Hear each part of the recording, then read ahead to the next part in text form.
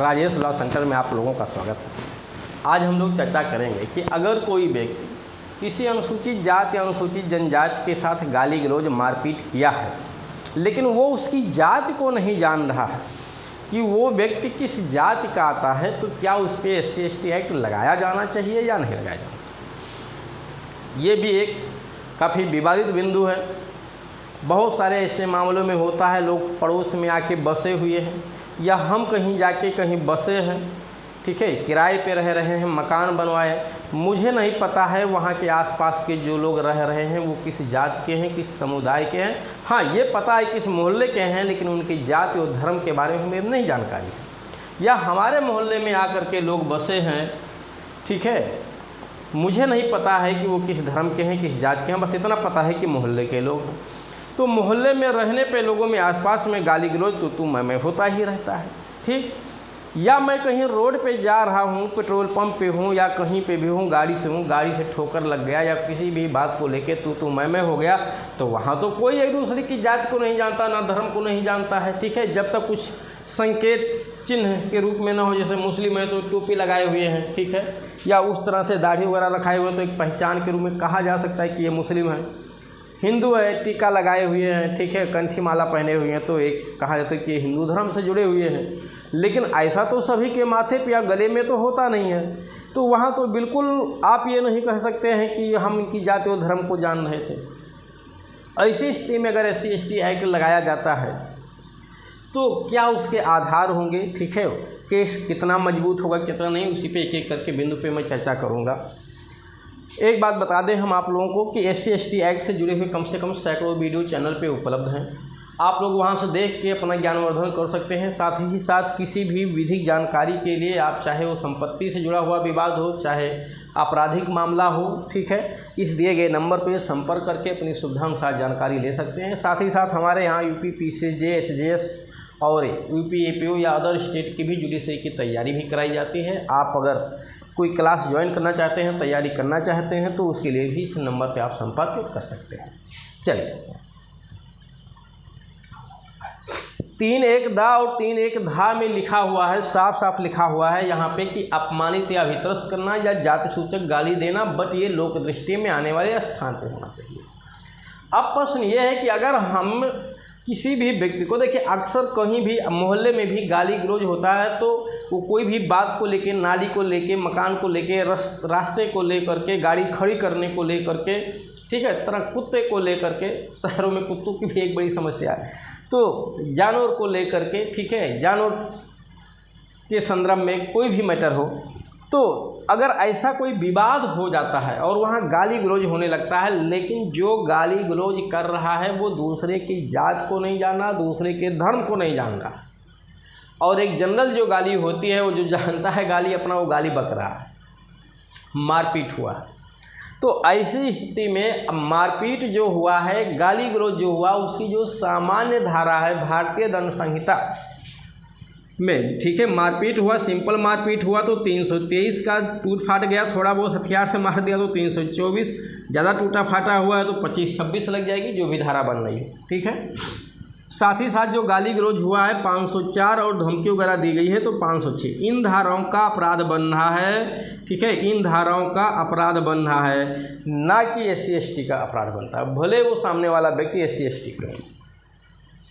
SC/ST का अपराध बनने के लिए ये जरूरी है कि हम अगले को जान रहे हैं, उसको इसीलिए अपमानित कर रहे हैं, इसीलिए जाति सूचक गाली दे रहे हैं कि उस जात के नाते उसको हेय दिखाया जाए, उसको नीचा दिखाया जाए, अपमानित किया जाए समाज में, तब SC/ST एक्ट लगेगा, अन्यथा नहीं। लेकिन जहाँ हमें पता ही नहीं है कि कोई व्यक्ति किस जाति का है, किस धर्म का है, वहाँ वो अपनी उस जाति के ले करके अपने को कैसे आत्मग्लान महसूस करेगा, कैसे अपने को अपमानित मानेगा, बिल्कुल नहीं मानेगा, ठीक है। जरा समझिएगा, जैसे एक जगह बड़ा ध्यान समझिएगा, एक कार्यक्रम हो रहा है, कहीं पे गोष्ठी हो रही, सेमिनार हो रहा है, वेबिनार हो रहा है, कुछ भी हो रहा है, ठीक है, 10 लोग 50 लोग 100 लोग इकट्ठा हैं बड़े पैमाने पे, ऑनलाइन ऑफलाइन जैसे भी है। वहाँ एक व्यक्ति प्रवचन दे रहा है, शिक्षा दे रहा है कि दारू पीना गलत है। जो दारू पीते हैं वो अपने परिवार को, अपने घर को बर्बाद कर डालते हैं। लेकिन वहाँ जितने लोग बैठे हैं उसमें 2-4-10 ऐसे हैं जो पीते हैं, लेकिन जो व्यक्ति बोल रहा है वो ये नहीं जानता इसमें कौन पीता है कौन नहीं, और वहाँ कोई किसी को नहीं जानता इसमें कौन पी रहा है, कौन खा रहा है, कौन क्या कर रहा नहीं जानता। तो ऐसे प्रवचन से कितना भी बोला जाए कि पीने वाला बहुत निकृष्ट व्यक्ति होता है, ठीक है, परिवार को बर्बाद कर डालता है, अपना बर्बाद हो जाता है, समाज में ऐसे व्यक्ति का कोई महत्व नहीं है, फिर भी ये कितना भी शब्द आप वहाँ क्यों ना बोल जाइए, क्या उस सेमिनार में बैठा हुआ व्यक्ति जो पी खा रहा अपने को अपमानित समझेगा लोगों के सामने? नहीं। क्यों? क्योंकि उसकी कोई बदनामी नहीं हुई, क्योंकि लोग जान नहीं रहे। तो उसी तरह से ये भी प्रोविज़न है कि अगर लोग नहीं जान रहे हैं कि ये व्यक्ति किस धर्म के हैं, किस जाति के हैं, किस समुदाय के हैं, और उस धर्म या जाति को लेकर कोई गाली भी नहीं बकी गई है या जनरल सेंस में कुछ भी बोला गया है, तो फिर मेरे समझ से वहाँ SC/ST लगने का कोई आधार नहीं है, ये ध्यान दीजिएगा। अब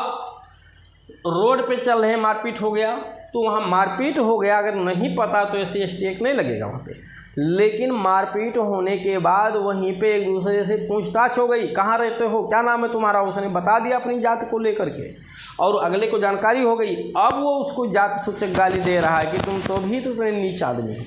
तभी इस तरह से तुमको अकल नहीं है, तभी तो तुम जन्म भर से पिछड़े हुए। मतलब ऐसे कोई भी शब्द अगर बोल रहा है उसी जात को लेकर के, उसको नीचा दिखा रहा है, तब फिर वहाँ SC/ST एक्ट लग जाएगा। क्योंकि ये पहचान होने में कोई टाइम नहीं लगती है, पहचान होने में कोई टाइम नहीं लगती है, फिर तो वहाँ दिक्कत हो जाएगी, ध्यान दीजिएगा। क्योंकि देखिए इस एक्ट को बनाए जाने का एकमात्र उद्देश्य ही है कि उन व्यक्तियों को, उस समाज को जो सदियों से पिछड़ा रहा है, सदियों से दबाया गया है, उसको मनुष्य नहीं माना गया,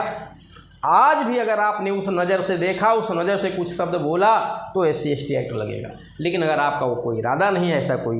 नज़रिया नहीं था, तो मेरे समझ से वहाँ पे SC/ST एक्ट बिल्कुल नहीं लगना चाहिए, और ना ही ऐसा कानून इसकी इजाज़त देता है, और ना ही हमारे यहाँ की कोई अदालत भी इस बात की इजाज़त देती है। उम्मीद है आप लोगों को ये बात समझ में आई होगी। हाँ, दंड की बात रही, अब SC/ST एक्ट लगेगा तो देखिए SC/ST एक्ट लगने पे साथ ही साथ और भी धाराएं लग जाती हैं, तो जिन धाराओं में कुल मिला के सबसे ज़्यादा सज़ा होगी वो सज़ा आपको मिलेगी, लेकिन और कोई धारा नहीं लगी है, केवल SC/ST ही लगी हुई है, तो उसमें भी और धारा बढ़ाई जा सकती है। क्योंकि अगर गाली गलौज हुआ SC/ST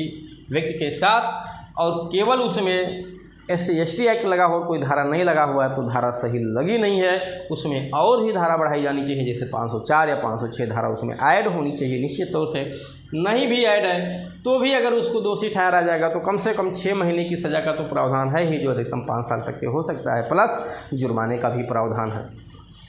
उम्मीद है ये चीज़ आप लोगों को समझ में आई होगी, और अगर कोई बात नहीं समझ में आई है तो मैं ऑलरेडी यहाँ नंबर आपको दे रखा हूँ, आप इस नंबर पर संपर्क करके अपनी सुविधानुसार जानकारी ले सकते हैं।